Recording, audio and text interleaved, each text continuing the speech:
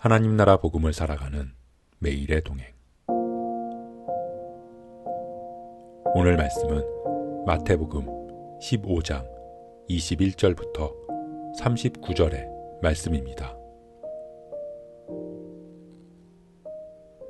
예수께서 거기서 나가사 두로와 시돈 지방으로 들어가시니 가나안 여자 하나가 그 지경에서 나와서 소리질러 이르되 주 다윗의 자손이여 나를 불쌍히 여기소서.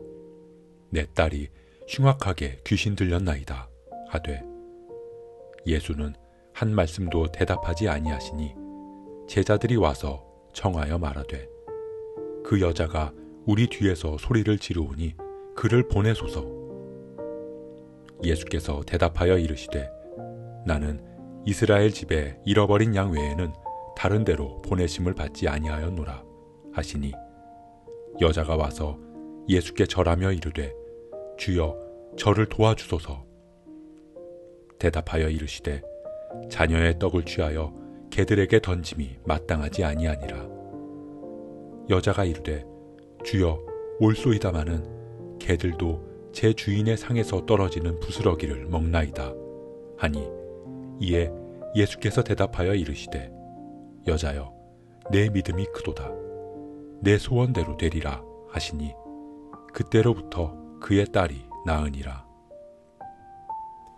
예수께서 거기서 떠나사 갈릴리 호숫가에 이르러 산에 올라가 거기 앉으시니 큰 무리가 다리 저는 사람과 장애인과 맹인과 말 못하는 사람과 기타 여럿을 데리고 와서 예수의 발 앞에 앉히매 고쳐주시니 말 못하는 사람이 말하고 장애인이 온전하게 되고 다리 저는 사람이 걸으며 맹인이 보는 것을 무리가 보고 놀랍게 여겨 이스라엘의 하나님께 영광을 돌리니라. 예수께서 제자들을 불러 이르시되 내가 무리를 불쌍히 여기노라. 그들이 나와 함께 있은지 이미 사흘임에 먹을 것이 없도다. 길에서 기진할까 하여 굶겨 보내지 못하겠노라. 제자들이 이르되 광야에 있어 우리가 어디서 이런 무리가 배부를 만큼 떡을 얻으리이까. 예수께서 이르시되 너희에게 떡이 몇 개나 있느냐. 이르되 7개와 작은 생선 2마리가 있나이다 하거늘 예수께서 무리에게 명하사 땅에 앉게 하시고 떡 7개와 그 생선을 가지사 축사하시고 떼어 제자들에게 주시니 제자들이 무리에게 주매 다 배불리 먹고 남은 조각을 7광주리에 차게 거두었으며 먹은 자는 여자와 어린이 외에 4,000명이었더라. 예수께서 무리를 흩어보내시고 배에 오르사 마가단 지경으로 가시니라.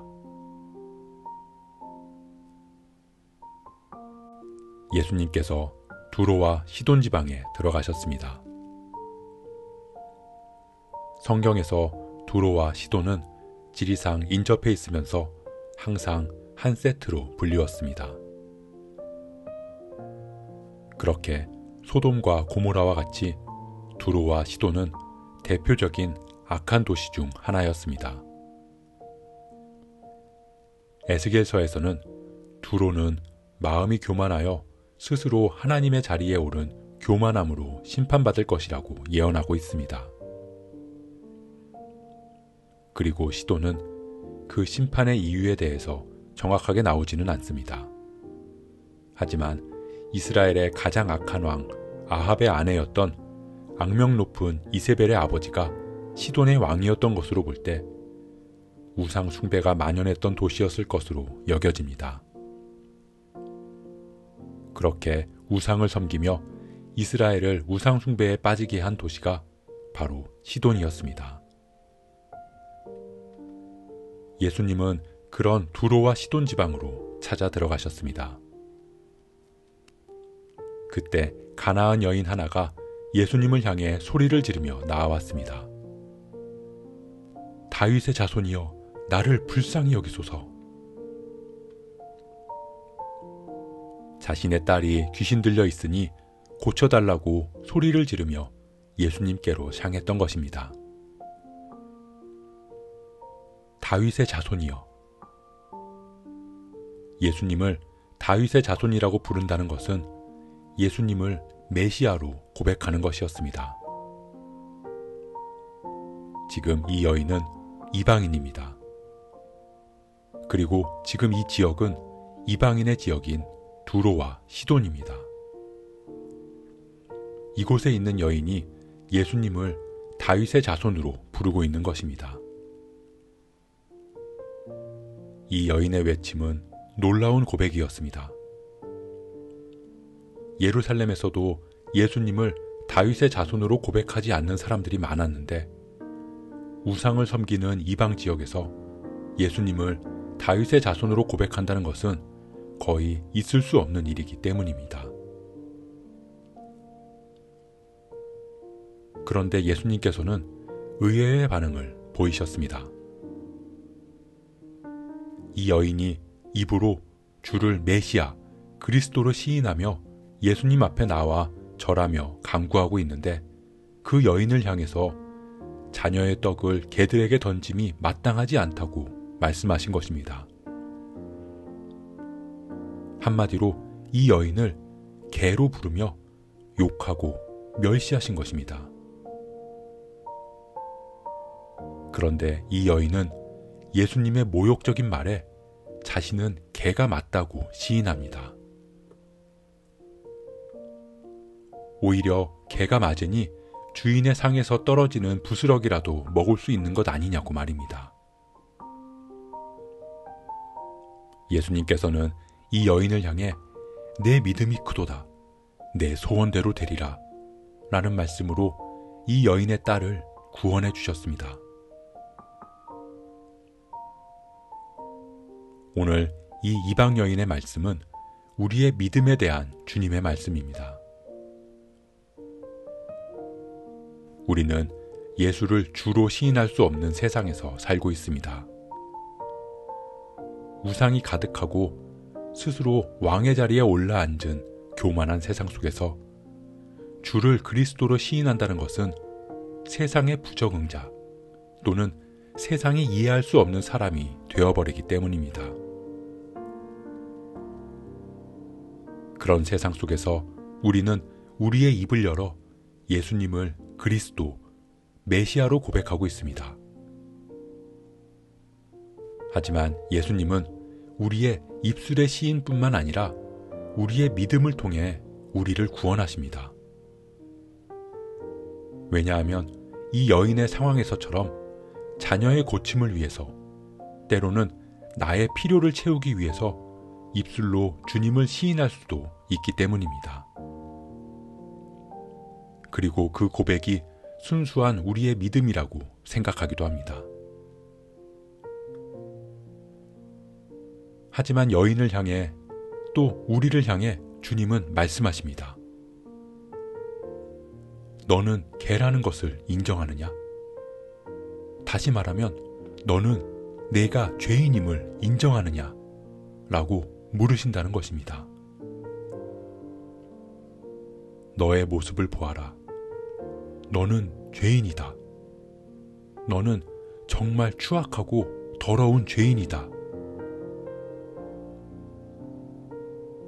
그때 스스로 의롭다고 여기며 왕의 자리에 오른 사람들과 자신의 필요를 채우기 위해 주님을 메시아로 고백했던 사람들, 즉 입술로만 예수님을 그리스도로 고백했던 사람들은 자신이 죄인이라는 말에 발끈하며 인정하지 못하고 주님을 떠날 것입니다. 하지만 스스로 죄인임을 인정하는 사람들은 너는 더럽고 추악한 죄인이라는 말에 이렇게 반응할 것입니다. 맞습니다. 저는 더럽고 추악한 죄인입니다. 그렇기에 주님의 은혜가 필요합니다. 자격 없지만 부스러기 같은 은혜라도 주어지기를 구합니다. 그때 주님은 이 여인을 향해 하신 말씀처럼 죄인임을 인정하고 그렇기에 주님의 은혜가 필요하다고 고백하는 우리의 믿음을 크다고 말씀하실 것입니다. 그리고 우리는 그 믿음으로 인해 구원을 얻을 것입니다.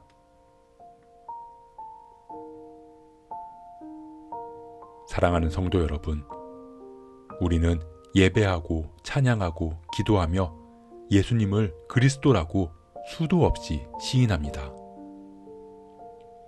우리의 입술을 열어 고백하고 찬양합니다.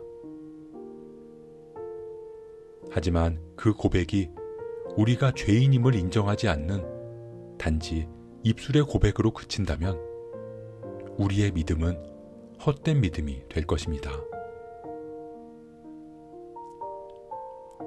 나는 죄인입니다.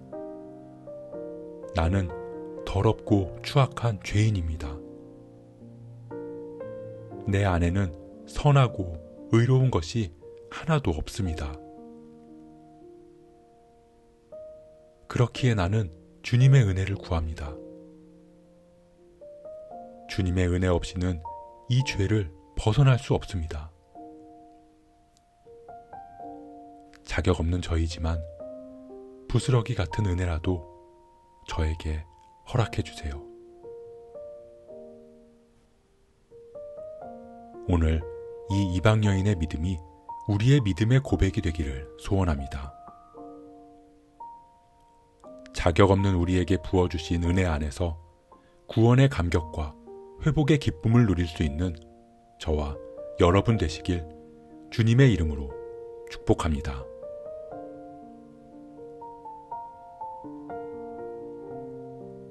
오늘 말씀 묵상하면서 기도함으로 마음에 새기겠습니다. 하나님, 우리는 죄인입니다. 너무나 더러운 죄인이기에 주님 앞에 나아갈 수조차 없는 죄인입니다.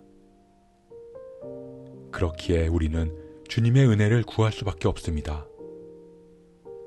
주님의 십자가의 보혈, 그 은혜가 아니고서는 우리의 이 죄의 문제를 해결할 수 없습니다.